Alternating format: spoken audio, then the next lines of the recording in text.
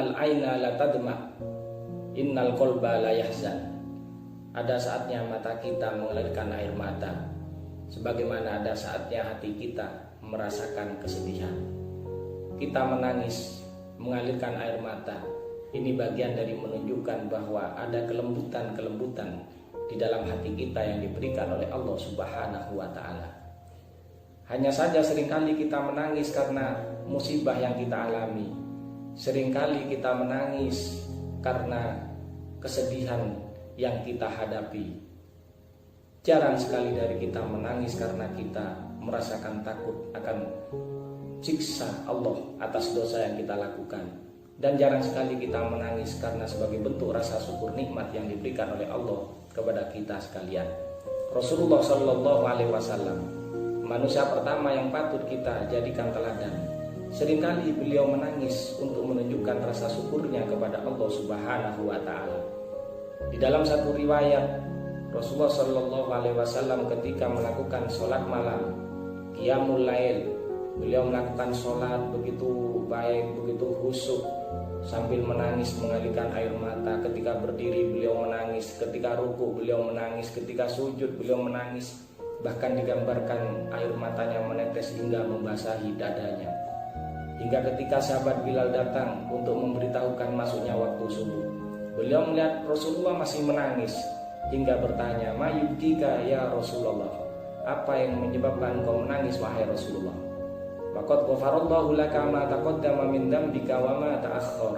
Padahal dosa engkau diampuni oleh Allah, baik dosa yang sudah lalu ataupun dosa yang akan datang. Bagaimana jawab dari Rasulullah Shallallahu Alaihi Wasallam? "Afala akuna abdan syakuro." Tidakkah kemudian aku kemudian akan menjadi seorang hamba yang banyak bersyukur kepada Allah Subhanahu wa ta'ala. Inilah tangisan Rasulullah. Beliau meneteskan air mata, menangis hanya untuk mensyukuri nikmat dan karunia yang diberikan oleh Allah Subhanahu wa ta'ala. Bahkan ada sebuah batu yang menangis. Batu saja mau menangis ketika batu ini merasakan ketakutan kepada Allah Subhanahu wa ta'ala. Kalau dongeng rakyat yang kita miliki di negeri Indonesia, tepatnya di Kalimantan, ada kisah batu menangis, di mana konon batu ini dulunya adalah seorang wanita yang cantik. Karena durhaka kepada seorang ibunya, hingga kemudian celaka karena mendurhakai seorang ibunya, kemudian Allah menjadikan perempuan ini sebongkah batu, kemudian menangis karena menyesal akan perbuatannya. Namun penyesalan itu tidak ada gunanya lagi. Ini sebuah dongeng dan kisah yang terjadi dan diyakini oleh rakyat pada masa lalu, khususnya di Kalimantan, bagian dari negara kita. Tapi berbeda dengan kisah yang diangkat oleh Imam Al-Ghazali rahimahullah, di mana ada sebuah batu yang menangis.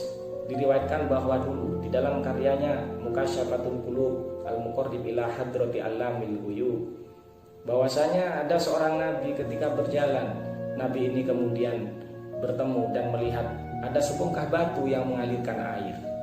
Ketika ditanya apa yang terjadi, ternyata batu ini mengatakan, "Saya menangis." "Kenapa kamu menangis?" Kemudian batu ini mengatakan, "Sejak aku mendengar apa yang disampaikan oleh Allah Subhanahu wa ta'ala, waquduhan nasu wal hijarah." Disampaikan di dalam Al-Quran firman Allah dalam surat Al-Baqarah bahwa kelak neraka yang menjadi tempat Allah menyiksa umat manusia yang menentang dan banyak berbuat dosa kepadanya, di mana neraka ini digambarkan waquduhan nasu wal hijarah, bahan bakar api neraka ternyata terbuat dari manusia dan bebatuan. Batu ini menangis karena takut dirinya menjadi bagian dari batu-batu yang dijadikan bahan bakar oleh Allah Subhanahu wa ta'ala kelak di nerakanya. Kemudian meminta kepada Nabi ini agar berkenan dimintakan kepada Allah agar batu ini tidak menjadi bagian dari batu-batu yang menjadi bahan bakar api neraka. Kemudian doa Nabi ini diterima dan disampaikan kepada batu tadi, "Sudah batu, kamu sudah ada jaminan dari Allah tidak akan menjadi bagian dari batu neraka." Hingga berselang beberapa lama Nabi ini lewat di tempat itu lagi dan masih melihat batu itu masih menangis, masih mengalirkan air mata. Maka kemudian Nabi ini masih bertanya, ini tangisan apa lagi? Kenapa kok masih menangis? Maka batu ini mengatakan, kalau yang kemarin-kemarinnya saya menangis karena takut, tapi kalau sekarang saya menangis sebagai bentuk rasa syukur kepada Allah Subhanahu wa Ta'ala, karena saya diselamatkan oleh Allah, tidak menjadi bagian dari batu-batu yang menjadi bahan bakar di neraka kelak. Ini batu saja bisa menangis karena takut dan bersyukur. Maka ketika kita tidak punya rasa takut, atau kita takut tapi tidak meneteskan air mata, ataupun kita bersyukur tapi tidak meneteskan air mata, maka pada detik itu sebenarnya hati kita ada bermasalah, ada penyakit di dalam hati kita lebih parah daripada sebongkah batu. Dalam Al-Quran dikatakan, summa qasat qulubukum min ba'di dzalika fahiya kal hijarati aw asaddu qaswa. Kemudian hati mereka semua, hati kalian semua mengeras seperti batu, bahkan aw asaddu qaswa, bahkan lebih keras daripada sebongkah batu. Kenapa? Karena wa inna minal hijarati lama yatafajjaru minhul anhar. Karena di antara bebatuan itu masih ada yang terbelah, mengalirkan sungai-sungai, mengalirkan air. Wa inna minha la yatafajjaru minhul anhar. Wa inna minha lama yashaqqaqu fayakhruju minhul ma. Ada yang terbelah, mengeluarkan air. Wa inna minha lama yakhbitu min khasyatillah. Ada yang terjun ke bawah karena merasakan ketakutan kepada Allah Subhanahu wa Ta'ala. Batu saja merasakan rasa takut, mempunyai rasa takut, mempunyai rasa syukur, dan dibuktikan dengan tangisannya mengeluarkan air dari batu itu sendiri. Tapi ini dulu yang terjadi. Kalau di masa sekarang kita melihat ada batu kemudian basah mengeluarkan air, itu bukan batunya lagi menangis, tapi itu habis ada yang ngencingin. Jadi hati-hati.